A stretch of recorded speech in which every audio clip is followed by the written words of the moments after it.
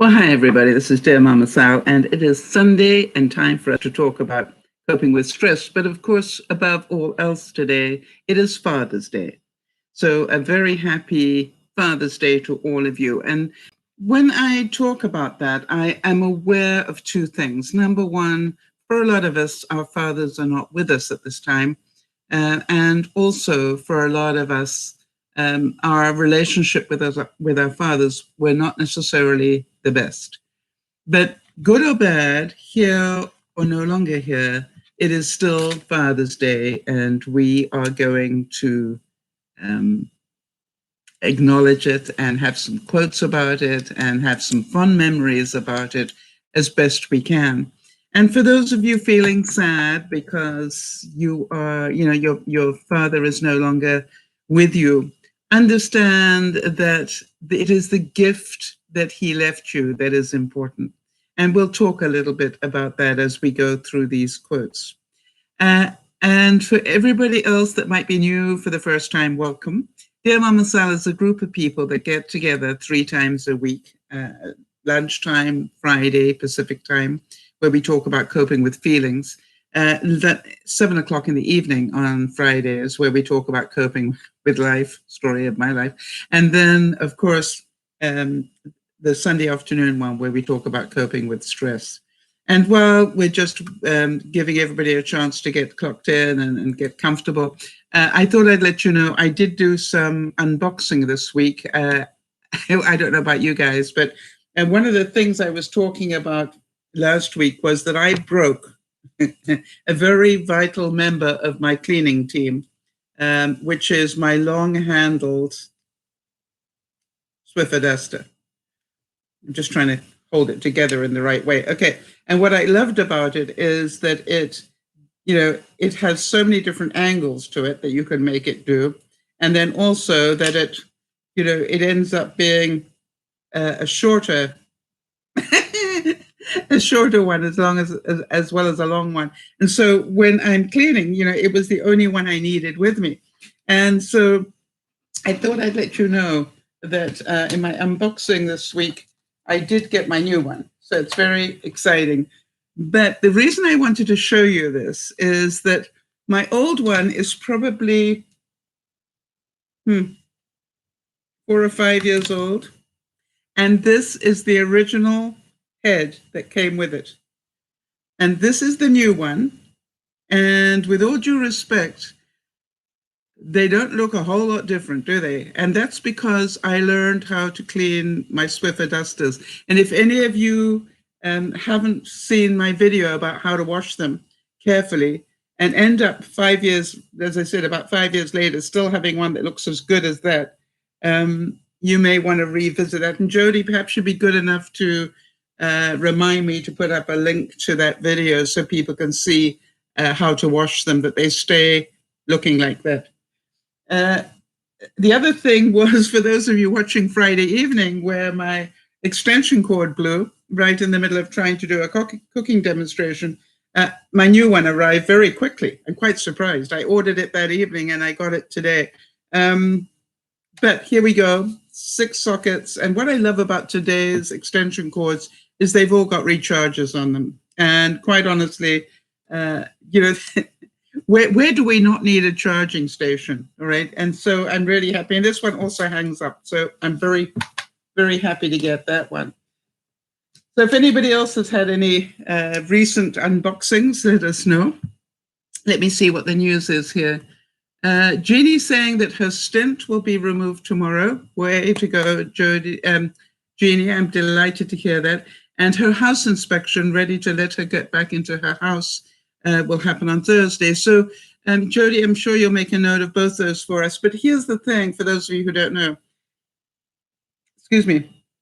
Both Jeannie and I had house fires. She had hers just over a year ago, and it gutted her whole house. And she has had to wait for her whole house to be rebuilt to go back in. And she's going to be going back in, hopefully very, very soon. If that house inspection clears on Thursday, I'm pretty certain she'll be in, well, before the end of the month for sure. So that is awesome to hear. And I want to say that I think it is so important for us to realize that these little achievements, I know I got back into my house before, just at the end of March, I think the 26th or 27th of March. And I must say that I know that it's taken me until now, April, May, June, 3 months. I'm still not totally unpacked. But also it took me about 3 months to start really feeling settled. I knew I was home. That's one thing. But to actually feel that my life was beginning to get back to some sort of normalcy took about 3 months. So, Jeannie, I thought I'd give you that experience. Now, you, of course, are a different person, so you may find that you stop that. I said to somebody yesterday, I was having, I wasn't a drink, it was actually, I was having a pop, but with a friend of mine that lives next door. And I was saying, I am looking forward to the day where I can wake up and retire again. Because it's been like 18 months of not being able to relax. And I'm really looking forward to being able to do that. So for those of you that are here, what is your fondest memory of your father? Let's start with that one. And while you're typing, let me, start with some quotes. Corey Hart said, I love this quote. It said, there is nothing more important in my life than being a father. I will never allow any of my career choices or aspirations to threaten this bond. Wow. And that's a pretty important statement to make as a father, I thought. And Ray Romano, the comic, this is what he said. He said, having children is like living in a frat house. Nobody sleeps, everything's broken, and there's a lot of throwing up. And for those of you who have gone through that with children, you will know exactly what he's talking about. So, interesting. Jeannie's giving us an update. After she had her kidney stone operation, she was saying that she was having problem being dizzy, but she said that she drove today and not dizzy. I would prefer that to have been the other way around, that because I was not dizzy anymore, I drove today. The fact that you drove and then discovered you weren't dizzy worries me a bit more. I don't know why. But I'm certain you see the humor in that. Jeannie says that her dad believed that I could do anything. He thought I was amazing. Yes, and how many of you say, gosh, I wish my daddy had felt like that? And some of you also had daddies like that. And I think, that must be a wonderful feeling to have. John Legend said, being a father humbles you. You start to realize that you don't have all the answers. I don't know about you, but I thought that was wonderful humility from a man, that is so revered in so many different areas.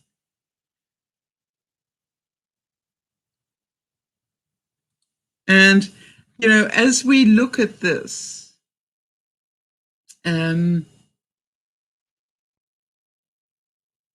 thought it was wonderful to think about that sort of impact that our fathers have had. Jodi's saying my dad and mum loved to entertain, and they were well known for neighborhood fish fries with fish that was caught by my dad. He loved to feed people. That was his way. He showed love. Yes, that is a wonderful topic, isn't it? In what ways did your father show you love? And if you're watching this in the replay, feel free to answer these questions that we ask. In what ways did your father show you love? And You know, you're probably waiting for me to answer that question. I'm having difficulty because I had a father who left when I was 4.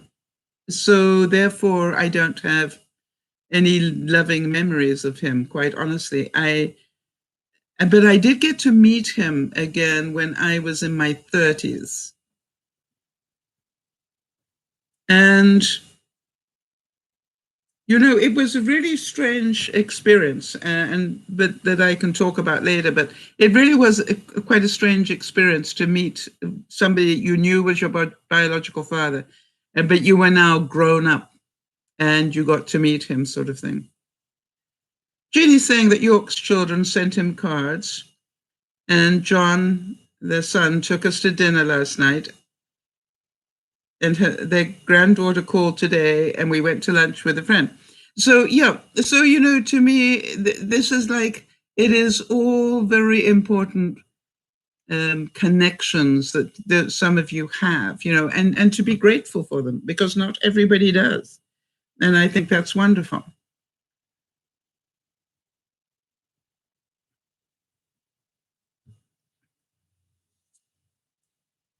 And so the next question I would need to ask, I think, is, you know, what was the best lesson that your daddy taught you? What was the best lesson? And I think about my stepfather, who was a very distant father. You know, he actually was the almost the epitome of a stepfather. You know, he was always there, but he didn't show affection that I can remember. And but the greatest gift he gave me, without a doubt, was my education and my upbringing in general, because I lived, you know, I lived a very privileged lifestyle, and I was pretty well educated. And so from that perspective, I would have to thank him for that. But what I did, and I repeat this story every year because I think it's important, is that I didn't really realize his value until I was leaving the country. Um, and I left England when I was 21. And as I was sailing away from England to Africa, I um, I wrote to him, because somewhere on that trip I realized all that he had done, you know, to educate me and give me the luxuries that I had. You know, I had ponies, and you know, and I didn't really want for much. You know, it was his way, I guess, was to give the children whatever they wanted. You know, we had incredible birthdays and Christmases and things like that. And so, you know, it is interesting that when I wrote to him, I made sure that he knew how much I valued that, and that all that he had done, you know, to bring me up when I wasn't his biological daughter. And the most amazing thing, and it still brings tears to my eyes, was that when he died and they were clearing out his bedroom, one of the things that they found in the drawer with his most valuable cufflinks, because you know everybody had cufflinks in those days, with his most valuable cufflinks was that letter.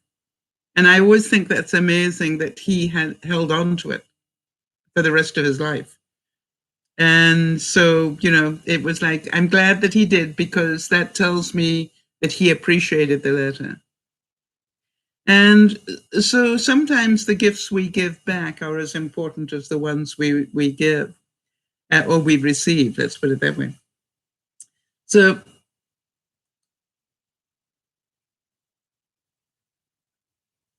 who is it? Mahershala Ali said, you got to be really deliberate with how you choose to spend your day, because those are moments you're away from your child.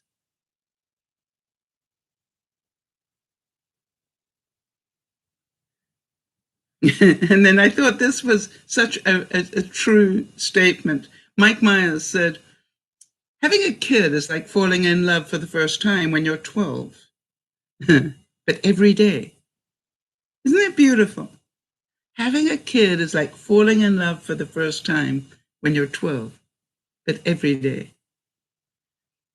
I would love to think that somebody felt that way about me. Jody's saying, oh, sorry. Jeannie's saying, my dad showed me what a gentleman means, his kindness, his soft manner. Yes, I would relate to that, Jeannie. You're right, that he was a kind man, my stepfather. And Jody is saying that my daddy taught me to realize that kindness matters. And he proved it time and time again, even when he was in hospital with cancer diagnosis and in great pain. He spent time counseling others. Yep. And, Jody's saying he spent time with other patients, making them laugh.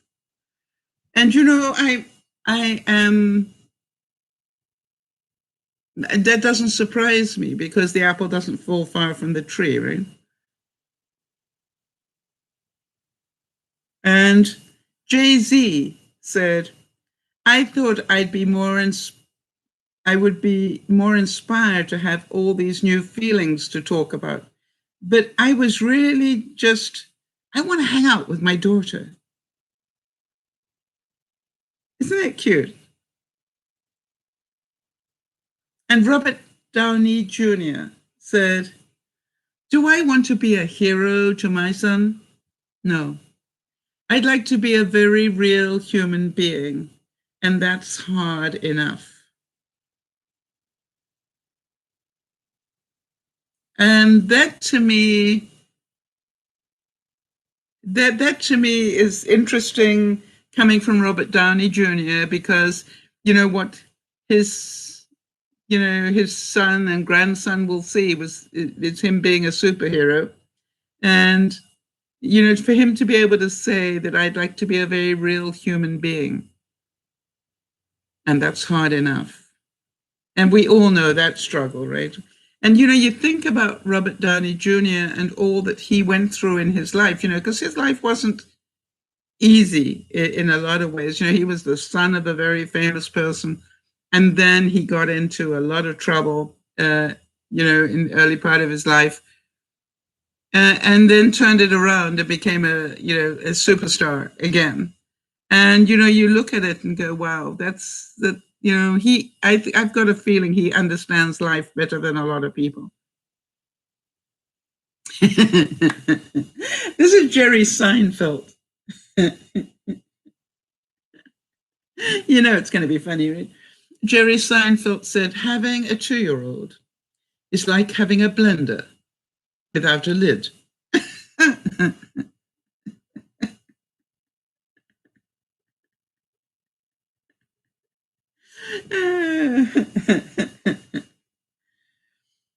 Jason Momoa said, if I teach my children to climb, then they can push themselves to the limits, gracefully move through fear and doubt.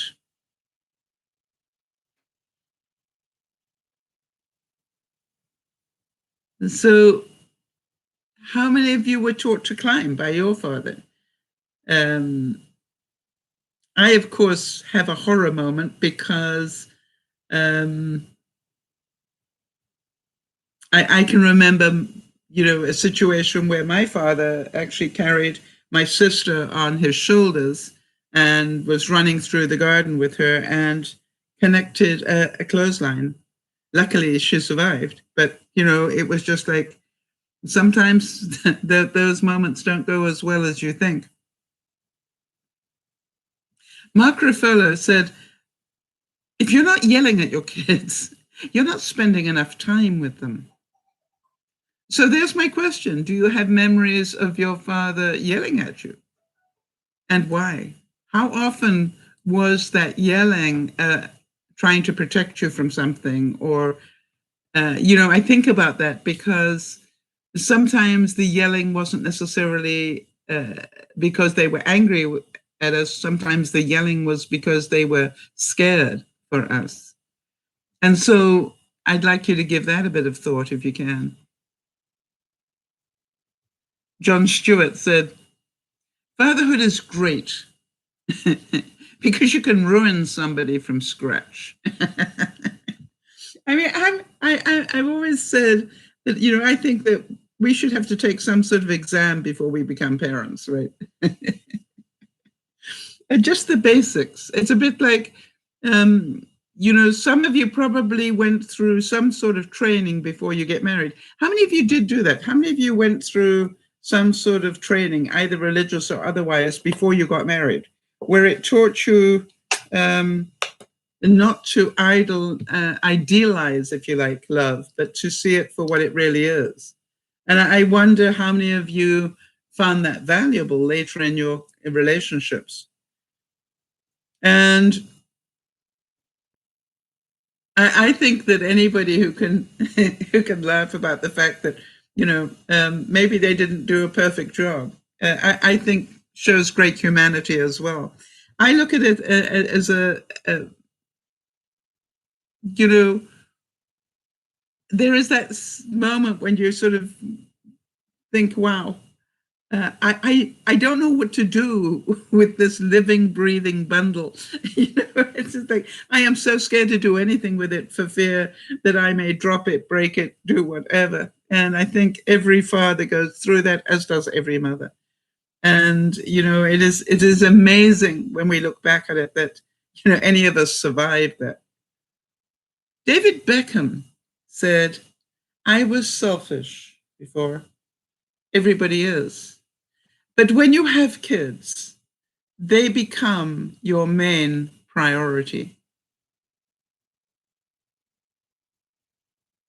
And Jodi's saying, I remember being yelled at because I had ventured out too far in the lake. And it was warranted. My uncle had to rescue me because I nearly drowned. It was terrifying. Yeah, and you see, I look at it and go, we must remember that just because they yelled at us, it doesn't mean that we were bad. It means they a lot of times they were scared. And again, you know, they probably never dreamt that you would be able to swim out that far, never mind do so.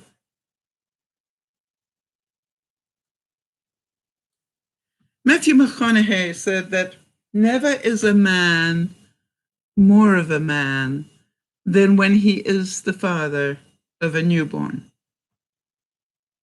Hi, Kimmy. Never is a man more of a man than when he is the father of a newborn. Now, for those of you who watched your husbands with a newborn, what was the difference? What did you see change when your husband held a newborn for the first time? And was there any difference between maybe holding your first newborn and if you were lucky enough to have a second or third? Did it change? Yeah, Jody was saying he was so scared, yes. He apologized for yelling and said he was reacting because he thought he might lose me. Yeah, and that's the point that I want to make sure we all understand. And how many of you, as mothers or fathers, found yourself yelling to try and save a situation and then realized you probably made it worse, not better, by yelling?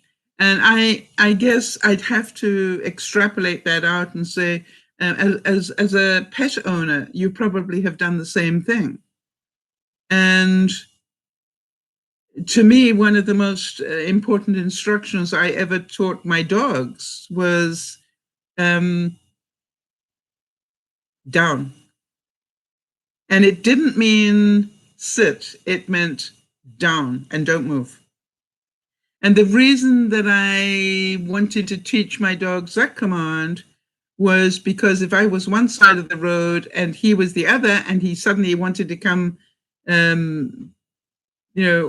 for some reason he'd gone to chase a ball or something, I wanted to make sure that I could give him a command where he would drop to the ground and not run in front of a car, because his concentration would be on getting back to me. And I wanted to make sure that that command was very solid. And it did help me once. So, and I think that is the difficulty with fathers and mothers of young children, right? You can't teach them the way that we can teach dogs. And it's a much slower, longer process, and so filled with pitfalls along the way. It's just amazing. I want to tell you, I think about when I went down to visit Benji and Judy, and here I was the first time when they they offered to let me hold Juliana when she was first born. And I want to tell you something. I had never been a parent, and I knew how precious that bundle of joy was, and I was terrified to take her. I with tears in my eyes, I can always remember that. Terrified I would do something wrong. Isn't that amazing? And then for the longest time, every time I walked into the house, they screamed at me because I had this funny voice that they didn't recognize. And then one day the scream turned into love, and it was just like, oh gosh, now I know how parents feel. Scott Disick said, you learn as you go. There is really no advice you can give anybody. If anybody says that there is, they're lying. Yeah, I think it's like so many things in life. You cannot buy experience of being a parent. You can. How many of you found that? You can read all the books in the world, but the truth is, the day you end up with a parent, and the day you end up with a child in your hands, it's like, oh my gosh. And I think one of the most difficult things in this day and age must be social media, because I watched in horror, quite honestly, how many people were advising Benji and Judy on how to bring up their children, when really it was nobody's business but theirs, how they brought up their children. That was their choice. And how incredibly calm they stayed throughout all of that. That really always amazed me.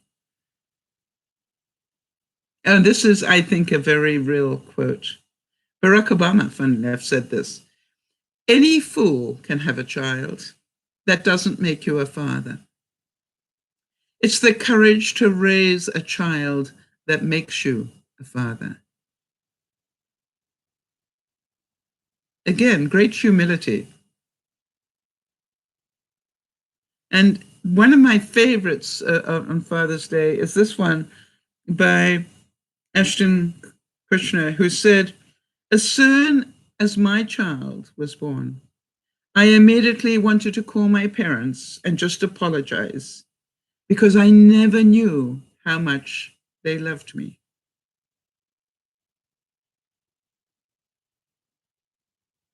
And you can imagine that. He could feel the love he had for his newborn child, and then realized his parents must have felt the same way. And I thought that was just such a beautiful, beautiful quote.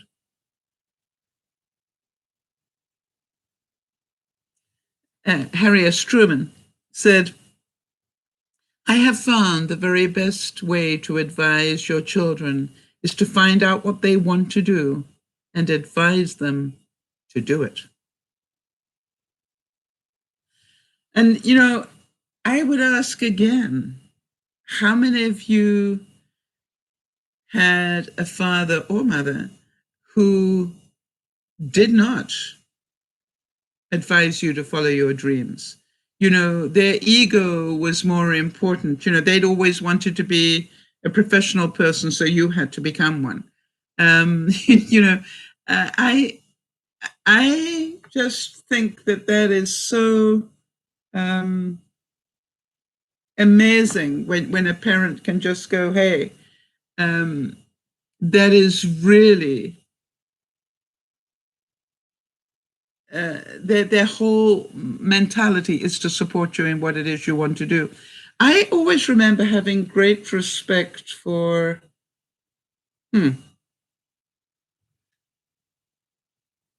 was it one of Richard Nixon's sons that was a ballet dancer? I think it was one of Richard Nixon's sons. Could be wrong. Or was it? No? I think I'm right on that. I'm sure Jodie's checking it as I speak. But, you know, it is funny because I always thought at the time, you can imagine this is centuries ago now, in my lifetime anyway. But, you know, it's like so far back, and the idea of a man being a ballet dancer was just, raised a lot of eyebrows. And I always think how amazed I was at the time that he, you know, that he spoke about it and that he applauded it and welcomed it, and you know, it was just like, wow, that's takes a lot to do. Hi, Lola. Yes, interesting comment, Lola, and thank you for the bravery of doing that. May I repeat that, Lola? I just want to make sure that it's okay for me to repeat that comment. I don't think you're alone, honey. That's why I would like to be able to repeat it.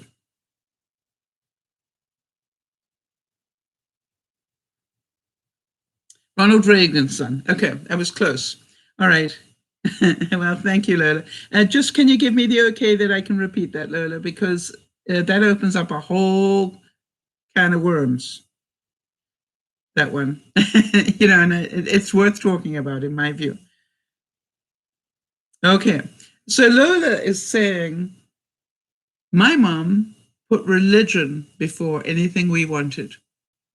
Now, Lola's saying religion, but I'm pretty certain there are a lot of viewers out there who will say to me, yeah, my mom or dad put work before uh, become before being a father.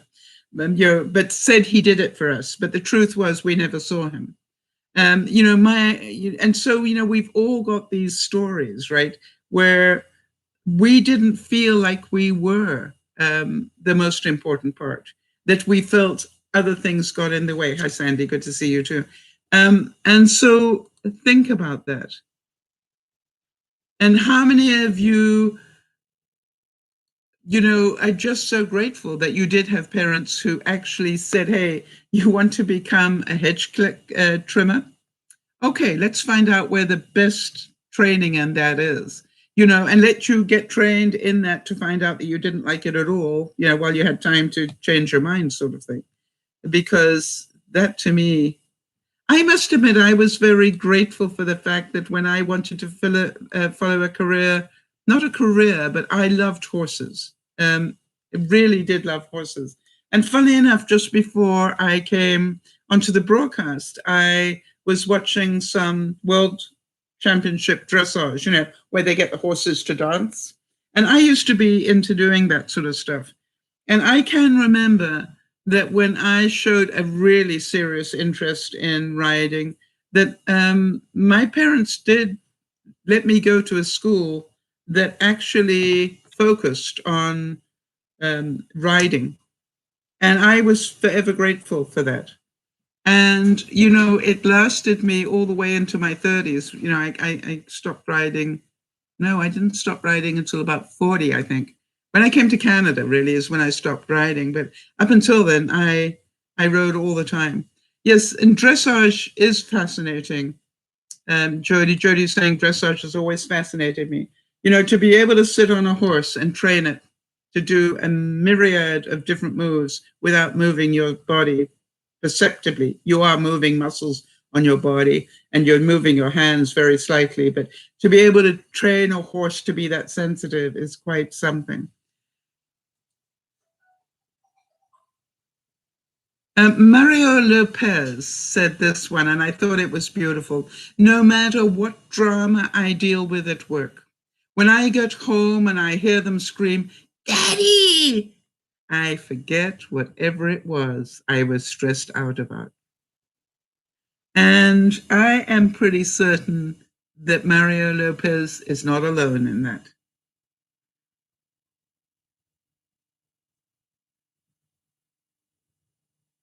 So I just thought that was a really great quote. Ryan Reynolds said, "It's amazing that you can be so exhausted and that happy at the same time."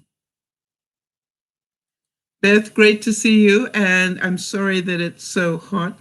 It's getting pretty hot here, actually, even in my neck of the woods. But you know, getting hot is relative depending on whether you've got air conditioning or not. So, how hot is it? We beg to ask that question, and maybe from all of you that are in the room at the moment, you know, how hot is it where you are at the moment? I know that it is getting close to 90 in my kitchen at the moment, you know, with that skylight. And as the sun comes around, it's getting pretty warm in there. I obviously don't have air conditioning.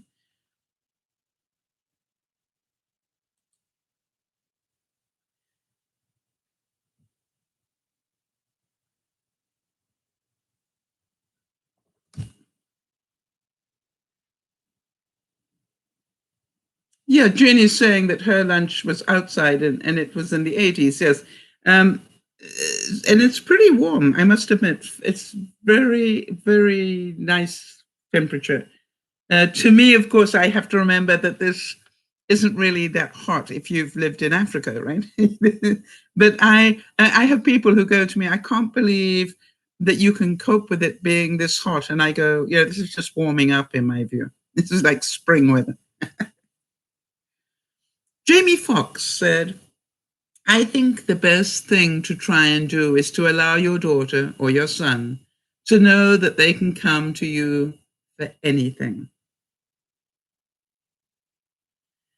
Beth is saying I might have to throw a few ice cubes down my sports bra. You know, my greatest gift to all of you, having lived in Africa without air conditioning, is learn the trick of getting a long cotton scarf and just soaking it in water and wrapping, uh, squeeze out most of the water and then just put it around your neck. It's amazing how cool that keeps you. And if you are having difficulty sleeping because you're so hot, take that same, you know, even if it's a piece of cotton material, same thing, you know, wet it with cold water, uh, twist out all the moisture or as much as you can, leaving it pretty damp, and then put that over your body. And you will be amazed what that does. And Jodi's confirming that, right? The trick works.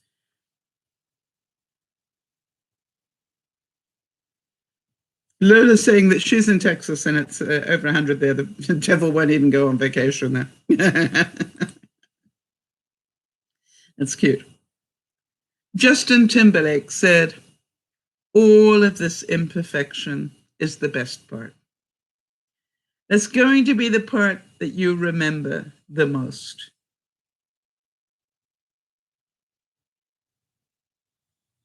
And I would say, you know, for all of us, right? The bits we remember are the bits where we were not perfect.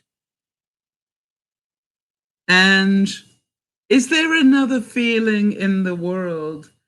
I wonder, like watching your child perform on stage for the first time. You know, be it that they are the third sheep on the nativity scene. It doesn't matter, does it? It's just the pride that you feel is just amazing. Channing Tatum said, I've never protected the president, but I've been a new dad. I can tell you that being a new dad is pretty terrifying. And I don't think that we give the dads enough credit for the fear that they feel. All right, a lot of attention goes on to the mum, and it is amazing. And of course, isn't it wonderful now in this day and age that that dads are so involved in bringing up the children. I mean, in my time, it was unheard of that a father would change a diaper. And I want to tell you, in the way that I was brought up, even as a toddler, I only got to see my father at certain times of the day when I was clean and tidy, and I was brought in to talk to him. I mean, it was Downton Abbey, big time, and it was, it was amazing. Mind you, I also lived in a house where they rang a gong when it was time to they rang a gong to tell you it was time to go upstairs and change for dinner, and they rang the gong again to give you a 10-minute warning, and then the gong went the third time to tell you that it was time to go to dinner. And when I think about it, whenever I hear a gong now, it's like a Pavlovian response. Really strange. Beth is saying, I freeze a cooling towel at the back of the freezer, and when it's stiff, I wrap it around my neck. Yep, absolutely. I actually wouldn't take a freezing one because I think the shock to your system is huge. And funny enough, just cold water has enough. When that's evaporating, the latent heat that comes off is enough to cool you right down. Judy, I'm glad you like the third sheep in the nativity. I was trying to think, that very few of our children were Mary and Joseph, right? But there were an awful lot of angels, and there were an awful lot of sheep and cows and things, right? So everybody could have their part. So I tried to make sure I gave credit to those people.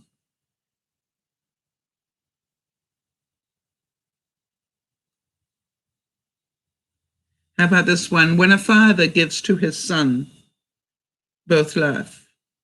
When a son gives to his father, both cry. And that is from William Shakespeare.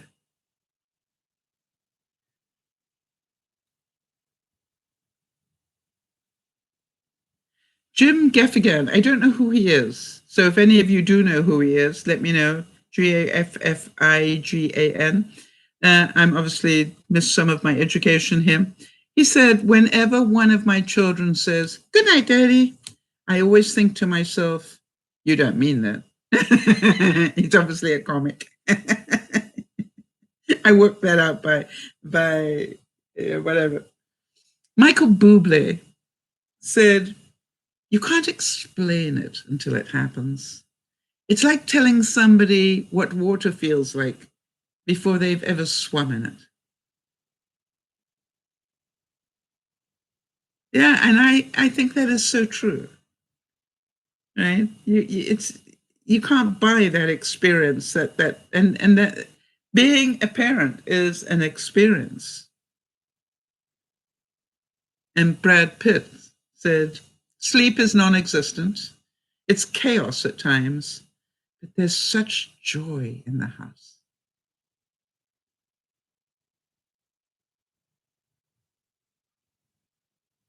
Wow. Sandy's saying, my husband has given up his entire Father's Day to work on getting the pool up for the season.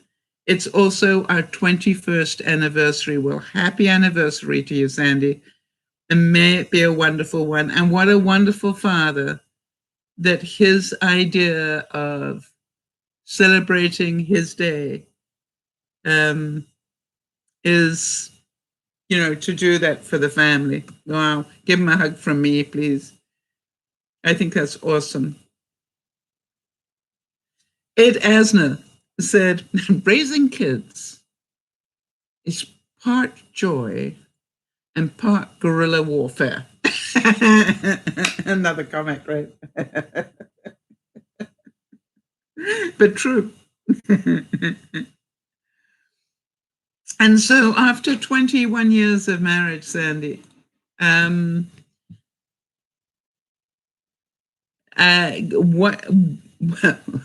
what gifts would you give us? What do you think is the secret to being married for 21 years?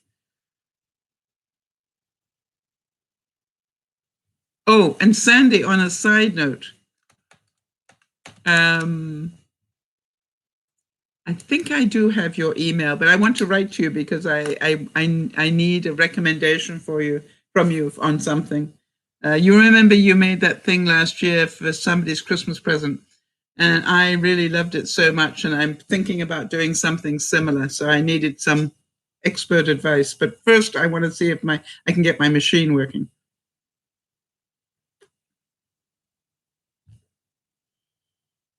All right, that's good to hear. Thank you. Hugh Jackman said, I made a banana raspberry leftover coffee shake, and I've got raspberry bits in here. Hugh Jackman said, when I come home, my daughter will run to the door and give me a big hug. And everything that's happened that day just melts away. And for those of you who maybe have not had children but have had pets, you know, pets are this, well, dogs particularly are the same, right? Beth is saying, and it's June, Beth is saying, we're setting up for Halloween candy at work. She works at the Dollar General. That's scary, isn't it? In June. Wow.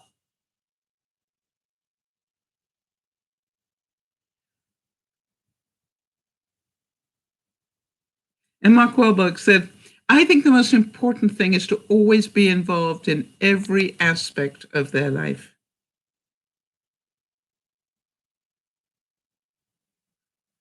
All right, so Sandy's saying there is no secret to being married 21 years. We're winging it at this point. Having younger kids is exhausting. Yeah. So how young are your kids now?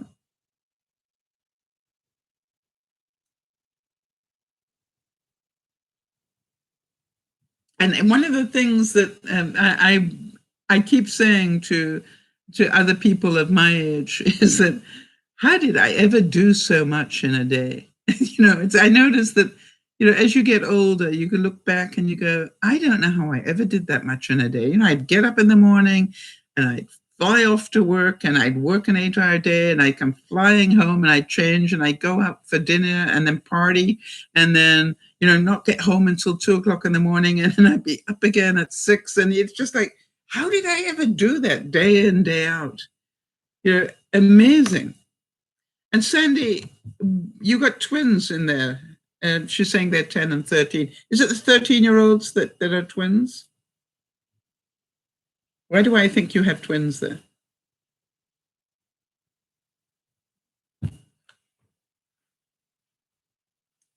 See if I'm going senile or not. And I would say, at that age, 10 and 13, they are not only exhausting, but they are endless pits in terms of wanting food. The growth, is, the amount of food they want to consume at that age is amazing to me. And this, Joel Valvano said, my father gave me the greatest gift anyone could give another person. He believed in me. What a lovely memory.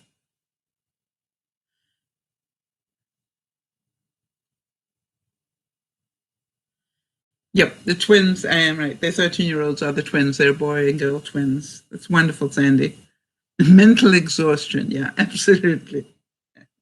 And you learn so many lessons about keeping your temper, I'm sure.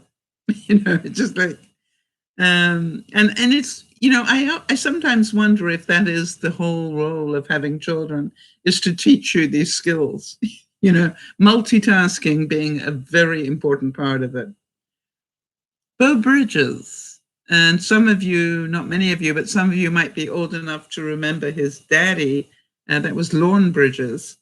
Anyway, Beau Bridges said, my father was my teacher, but most importantly, he was a great dad.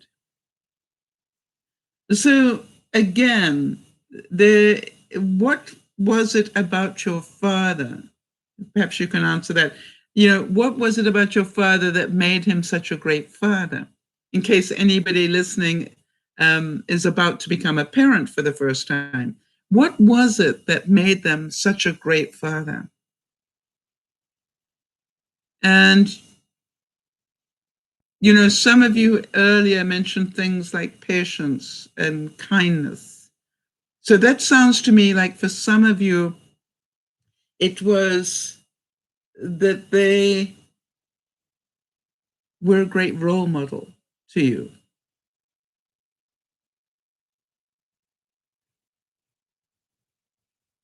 So, you look at it and think about the gifts that they give us sometimes are not as obvious as we may think. Right? Sometimes we have to live life a little bit more to find out what those gifts were. Matt Bomer, White Collar Crime, White Collar, I think it was called, wasn't it, the show? He said, fatherhood is the most profound gift and the most daunting challenge. And, to me, I wanted to get some quotes from pretty famous people to show you that if you really listen to these quotes, you can hear that for so many, it was more frightening than you probably would have imagined. And Chris Hemsworth said, there is an idea that we as parents spend all this time protecting our children. No, I think they are protecting us. Isn't that beautiful? Jeannie's saying, my dad was a good listener. He gave good advice, had lots of common sense.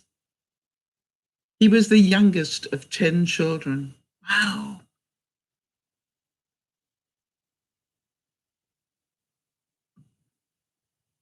Elton John said, I love every minute of fatherhood, staying up all night, changing nappies, kids crying.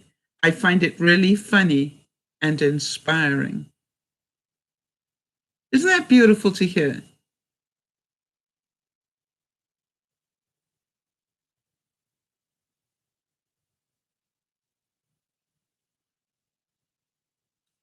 And Jesse Williams said, it's wonderful, a new discovery every day. It's great, and I'm loving it. Jeannie's saying that her daddy, he read newspapers to his parents daily. They spoke Yiddish mostly. Isn't that lovely? Sandy's saying, I've got to duck out early. Sorry, everyone. Sal, yes, I can help with those projects. All right, you can always reach me on the Facebook as well. Okay, thanks, Sandy. I will do that. First, I need to make sure my machine works again. But then I will contact you. Jody's saying, my dad didn't believe in the stereotype gender roles. I remember him always pitching in to cook suppers for our family, and he helped Mum with the housework on weekends.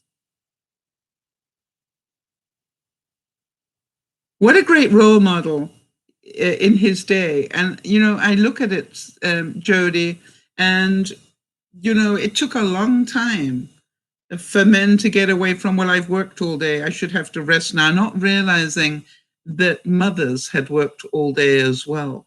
And probably the work they had been doing was greater exhaustion than the work that the men had been doing. And if you remember, my neighbor here took part in that incredible social experiment where they removed all the wives from a small community for a week.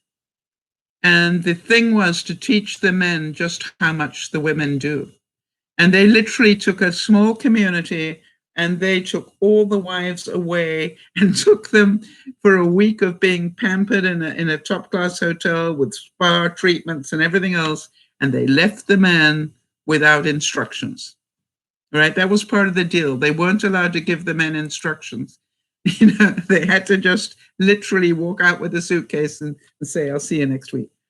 And, it was really interesting how that developed and how angry some of the men got because, they couldn't find anything. And so, it's very, very, very interesting experiment to watch. Hi there, Karen. Karen's saying, I'm sad today because my dad is in hospice with liver cancer, and it's hard to deal with. Absolutely. With tears in my eyes, Karen, we send you our love and, the knowledge that this will be. Are you able to see him?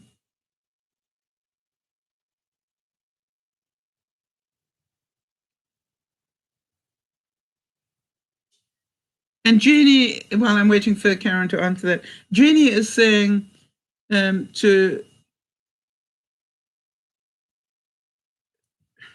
I think it was Jody who said that, right? Our dad sounds similar. Mine adored my mom and he did anything to help her out. Okay, so Karen's saying that, yes, she did visit him. And I don't know if he knows I'm there. You know something? His spirit does. He will, and I want you to know this, that even if he doesn't acknowledge it or is not able to talk back to you or whatever, please know that his spirit knows that you are there and his spirit will feel the love.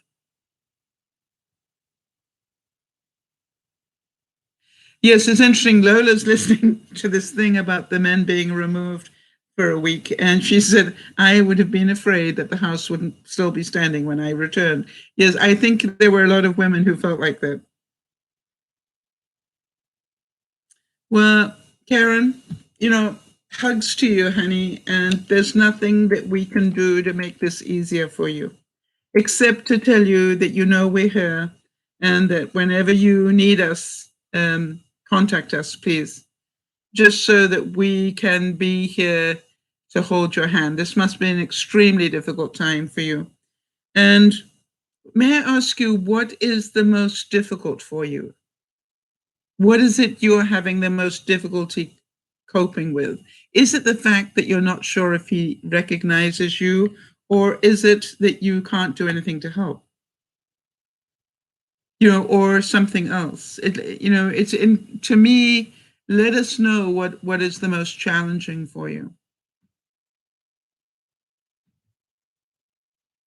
And I'm actually going through a challenging time as well at the moment, Karen, just so you know. And I think there's part of me that really relates to the fact that you're in this situation and you're not sure what to do to make, you can't make it better. And it may get worse before it gets easier, and obviously will get worse because he won't be here. So it's really important, if you can, to keep talking about it, all right? And keep verbalizing how it feels for you. And what I would ask is that you do it so it will help others. I hate to ask for that gift. So Karen's saying the hardest was that he was supposed to have come home and start chemo. But in the days, there was such a sudden, huge decline. And now it's too late for chemo. Okay, Karen, I'm going to ask you a really difficult question, if that's okay with you.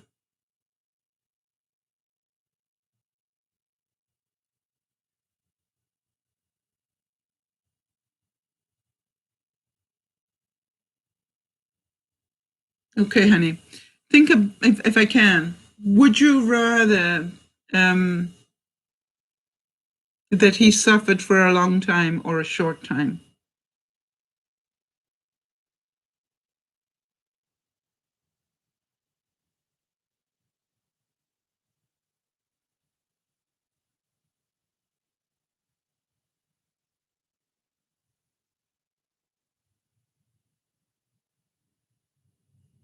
Suffer a short time. That's what I thought, Karen. And so maybe this is God's gift to you, all right? That that it did suddenly get a lot worse and that it's now too late for chemo, because his suffering will be shorter. And if you can get away from, and I say this to people because I've been there and done it, Karen, that if you forget about you and think about him, you will see that this is a gift. And that it doesn't really matter whether, he recognizes you or not. What you want to do is to be there to make him feel loved. Whether he knows it's you or not, he will feel that love. And, I had a most peculiar thing happen to me once, Karen, where I visited a man who supposedly was dying. And he was the father of a friend of mine. And I sat with him, and I did not speak his language, and he didn't speak mine. And I sat on his bed and I talked to him for about 3/4 of an hour, I think. And the most incredible thing, I luckily had an interpreter in the room, and he kept telling her, does she know she's an angel? It was most peculiar. And I said to him, what makes you think that I'm an angel? To me, it was amazing that even, he had got to the stage of dying where he was just about crossing over. And the interesting thing was that he saw me as part of that transition. And the most amazing thing was, I thought that was an incredible compliment. And, he, after that time, and it had nothing to do with me, I can assure you, but he actually rallied and he lived another, I think at least another year after that. When the day that I saw him, he actually, was that weak that he was about to pass. And then something happened. I don't think it was me. Something happened. But, I always remember that whenever I went to visit him after that, he always saw me in that light because he had seen me in the light. Does that make sense? And so maybe part of this, Karen, is he might not be able to recognize you because he may be seeing you as an angel. All right, if he's in that process. And I think you are. I think we all are.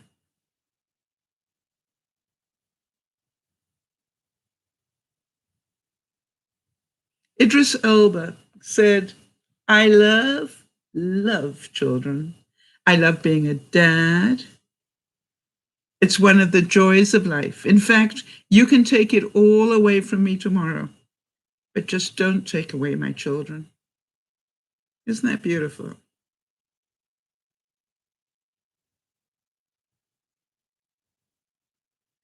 The other thing, Karen, if I may just add one thing, and you might have heard me say this before.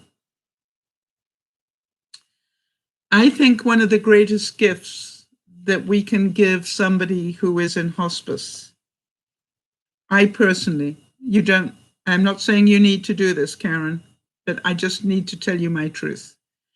I think the greatest gift that we can give somebody in hospice is to let them know it's okay for them to go. Because so often they are holding out for us. They are holding on to whatever they can to stay in the now for us. And to me, the greater gift that we can give them is to say that they've done their job and they've done it well, and it's okay for them to move on if they're ready.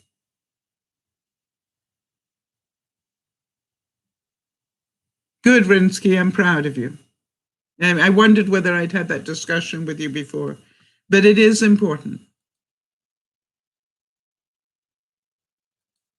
Difficult to do, because we're selfish people, right? We want to hold on to them.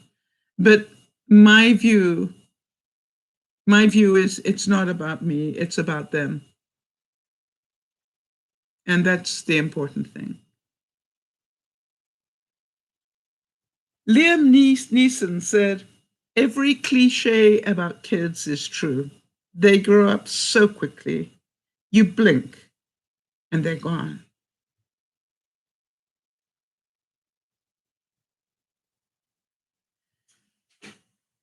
And Jude Law said, success and even life itself wouldn't be worth anything if I didn't have my children by my side. They mean everything to me.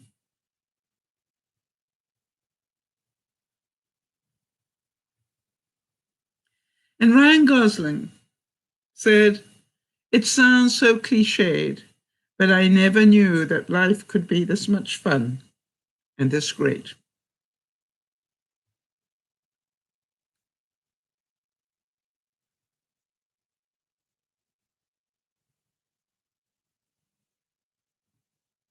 Wow. It's interesting. Jeannie is saying when she was exiting the burning house with her dog and her husband, a woman in a car came by and asked what she could do to help. I think of her as an angel.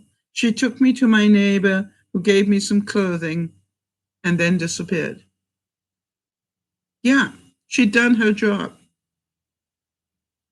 And I'm pretty certain you probably were never able to find her. You see, her job was not to stay in your life. Remember how I said this, Jeannie, time and time again. Some people come in for a reason and come into our lives for a reason, some for a season and some for a lifetime. And you had one of those touch and go moments, all right, where her job in life was to help you in that moment and then you both moved on. And, sometimes that is all that we are meant to do, is we're meant to meet this person to help them in the moment and then move on.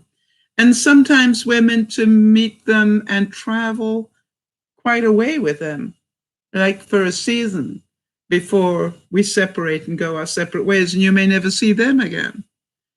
But it's okay. The job that you had to do together is done, even if you can't see it.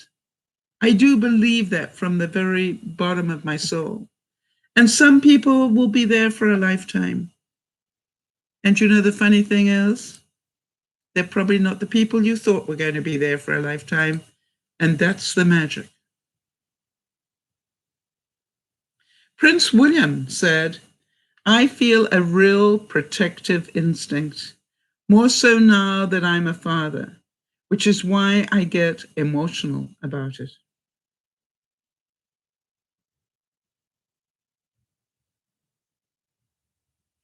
And so, as we look at these incredibly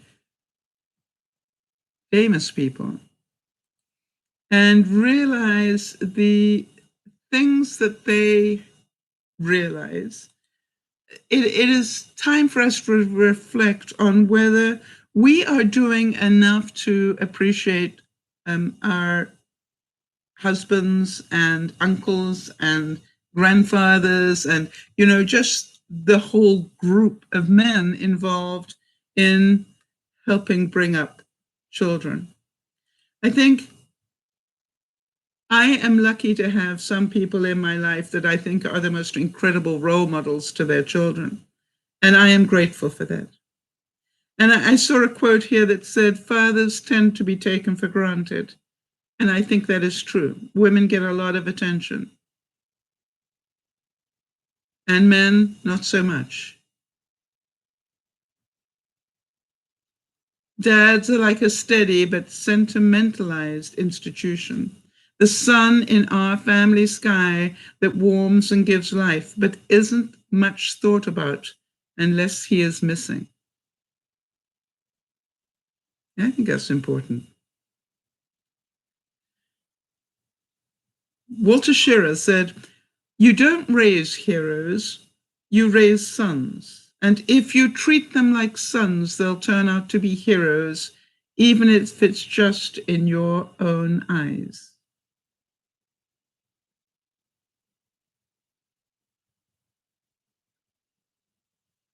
And Marcus Goldman said, some dads liken the impending birth of a child to the beginning of a great journey.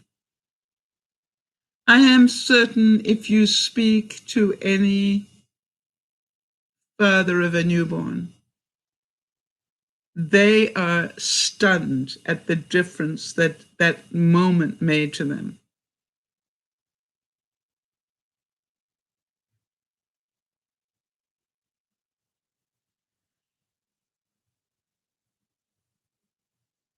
Plato said, the best way of training the young is to train yourself at the same time, to not admonish them, but to be seen never doing that which you would admonish them for. Now think about that. Plato's saying that regardless of how you were treated, the trick is to be the ultimate role model. And I can always remember when I was married, when I was in Africa, it was the most amazing thing because one of the, I inherited 3 children when I got married. And the interesting thing is that one of the children came out one day, something went wrong, and they came out with a 4-letter word. And Daddy absolutely went ballistic. And I took Daddy aside later and I said, why did you do that to your son? He hears you use that word all the time, and particularly when you are frustrated and angry. And so he got frustrated and angry, and what was the role model he followed?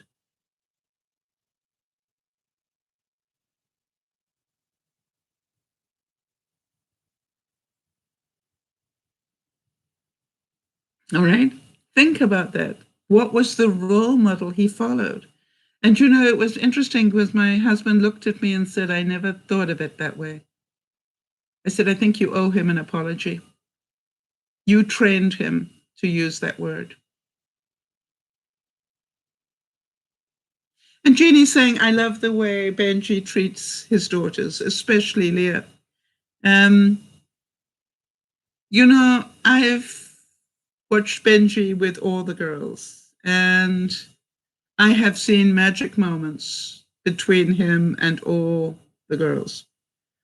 I've got to say that anybody that is fortunate enough to be born of those two are very fortunate human beings. I've got to say that. Very fortunate human beings.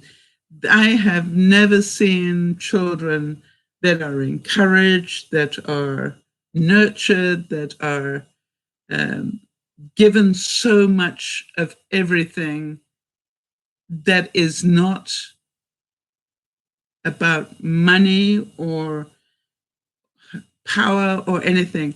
That what they get given is what I consider to be unconditional love.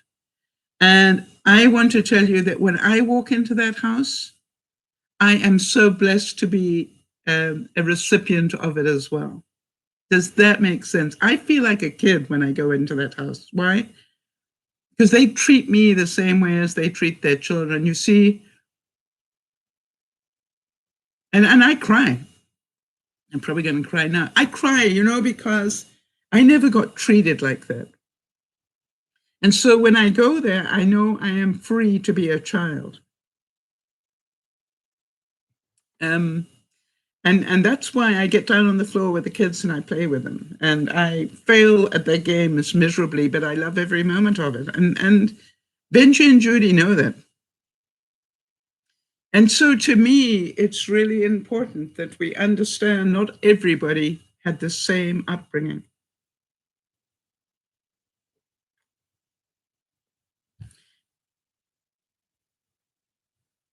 Yeah, look at the mistakes I made making the gingerbread houses, right? I mean, what do you mean I can't lick my fingers? That's why we make gingerbread houses, for goodness sake. All right, so Karen's saying, DearMamaSal, you have friends that reflect who you are. I'm sure people feel the same way when they come into your home. Well, Karen, that brings up a very interesting point. that I don't know whether I've discussed that, but you know that when you've watched me do the cooking stuff, you know I've got that beautiful worktop in my kitchen. What you probably can't see is the other side. There are 3 bar stools, and then my dining room. And you know, Karen, it was one of the most meaningful moments when I came to have a look at this house. It had the dining setup I'd always wanted. You know, when I think about the one of the few guests I've had to the house was Benji came just before we went into lockdown. You remember I arrived here and then Benji visited and then we went into lockdown. And so he is one of the very few people that have actually eaten in my kitchen.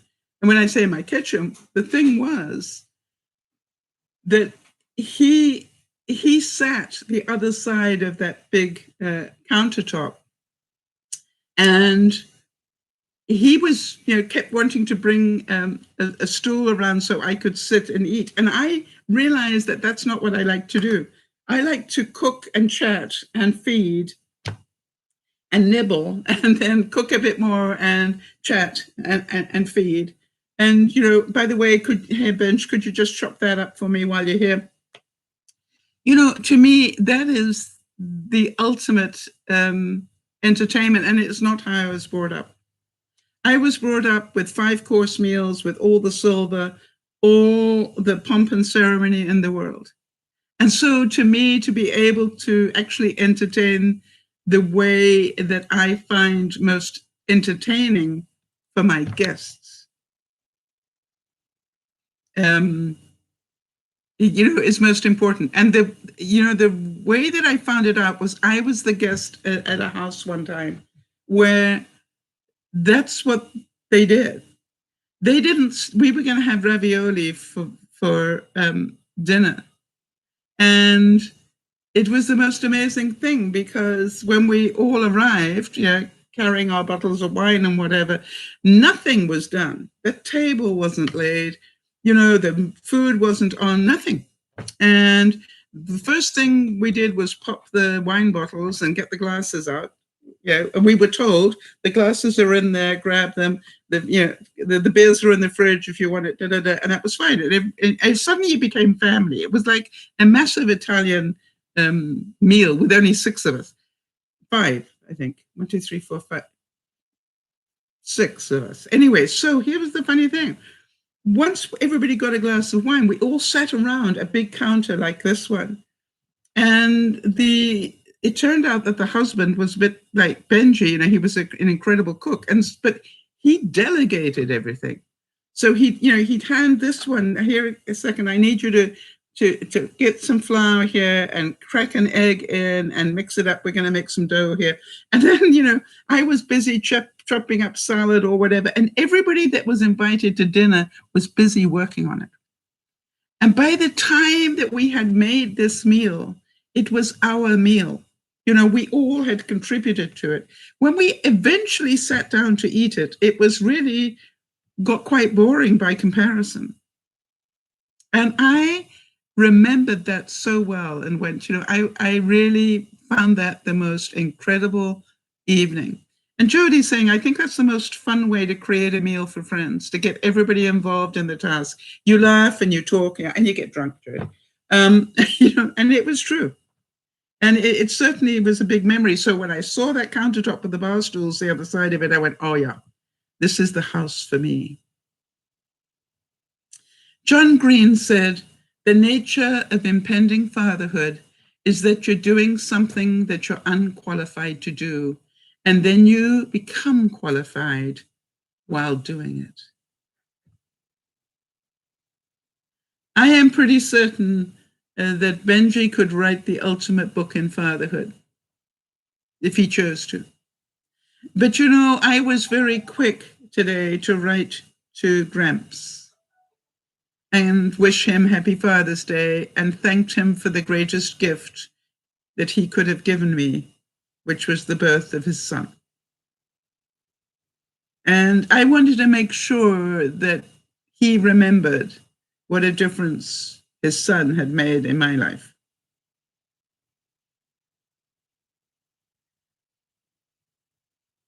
Howard Hunter said, "One of the things a father can do for his children is to love their mother." Now, a couple of you have mentioned that, but the greatest role model you can see is training your sons and daughters what a healthy relationship looks like. And you know, that to me is the most important role of all, is to teach children how to treat one another. And you do that by the role model. You know, even if you say we're never going to argue in front of the children, but later you close the door and scream at each other, those children hear that. You know that. I know that. And so to me, I think it is a great reminder every Mother's Day, Father's Day, Grandparents' Day, whatever it is. I think it's a great reminder to us all. You will remember I had somebody verbally attack me a couple of weeks ago, and I chose not to respond in kind. Why? I have learned better. And maybe in my own way, I can one day be a role model for that person, how not to do things.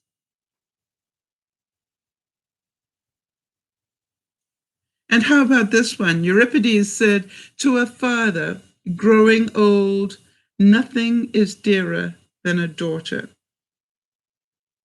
And Karen, I'd like you to remember that. To a father dying,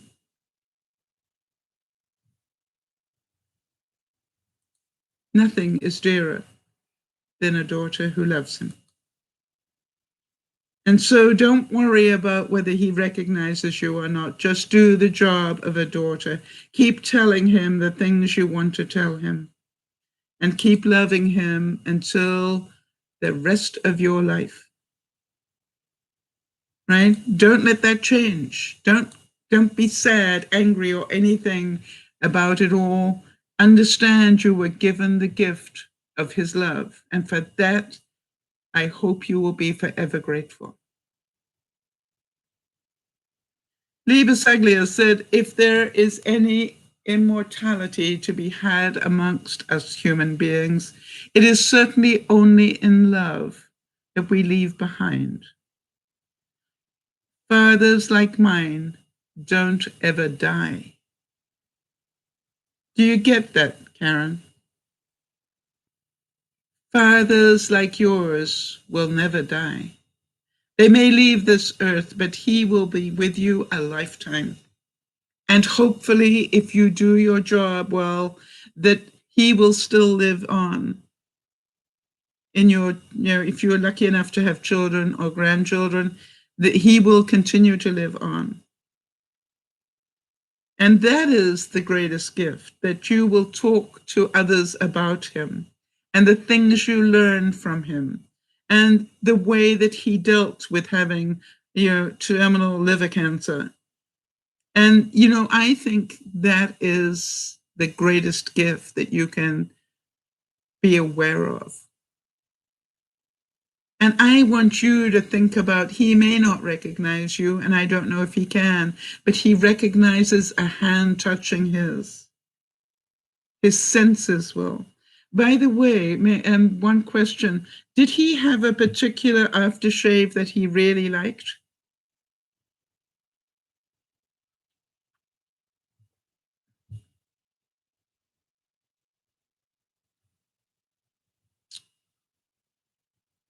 And the reason I ask this is because sometimes some of the senses remain longer.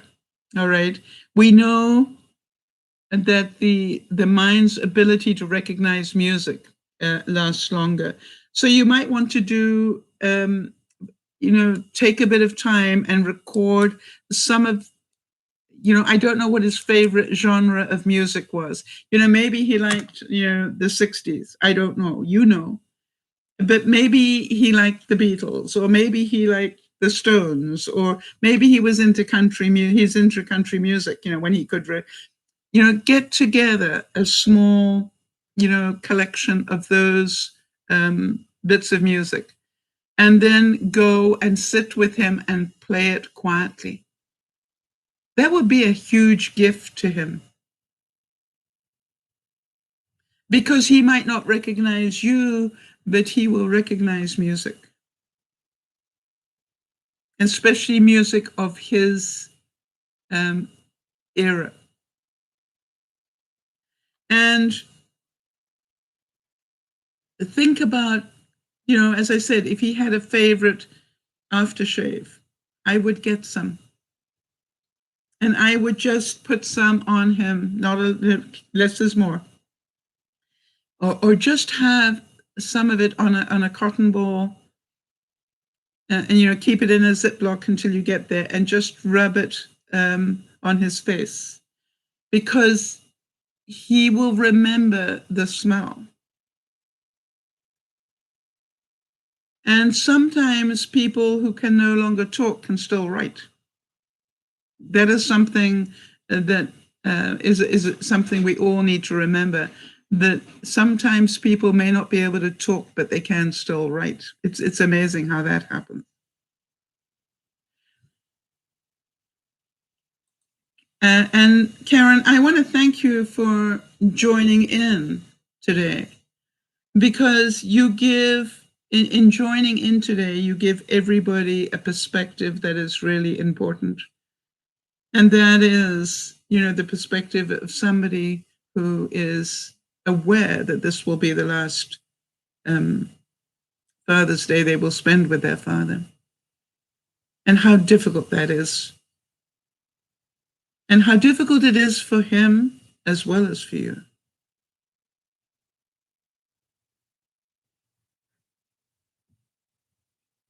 And so I cannot think of a more important way to end the broadcast than to thank you for your courage in coming in and talking about this. Your courage for hanging in, and through discussion that must have been difficult for you. And I've always said that if a broadcast can help one person, then it's worth doing. And I want to tell you that you touch my soul with your courage. Jody's saying that's exactly what happened with my mom as she was in the final stage of life. She was unable to speak, yet she could write short phrases. Yes. If you can, the little whiteboard I have a couple of them.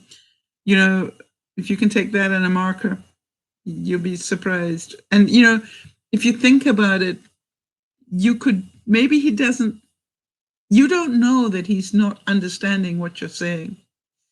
But, if you're concerned that he doesn't know that you love him, maybe you draw a heart for him, that he can see that you love him. Do communicate any way you know how.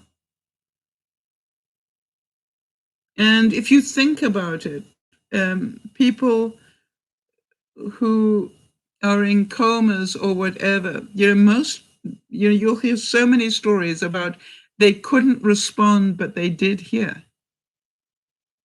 And so I would like you to remember that. And you have probably seen before, Karen, where people are encouraged to read books and have deep conversations with people in comas. And that is why. Because we think because they can't talk to us that they can't hear us. And that's not necessarily so. And you are an angel to him and to us. And I would ask you, what books did he like to read? And maybe you sit and read to him. If he liked cowboy books, or if he liked biographies or whatever. Maybe Stop worrying about him recognizing you. Maybe start giving him what is important for him. I hope that helps a bit, Brinsky. So, to Karen and all of us and we all had fathers. As I said at the beginning, some are with us and some are not, and some are in the process of not being with us. But here is the truth. Some were good fathers and some were not. But whether we liked it or not, they were our fathers. And for some of you, it was the greatest gift you will ever be given. And for others, it taught you a lot. And so I look at this day and go, this was an incredible Father's Day for us all. And I thank you for being here and supporting one another. This is Dear Mama Sal saying, look after each other. And Karen, please stay in touch during this time. This is Dear Mama Sal saying, we love you dearly. Helping one another cope is what we are about. And therefore, if you don't talk to us that you're having trouble coping, we cannot help you. But I'm hoping that, like Karen, you know, there is a place you can come and we will hear you and we will care and we will continue to care even though we go offline. This is Dear Mama Sal saying bye-bye for now. Have a great week.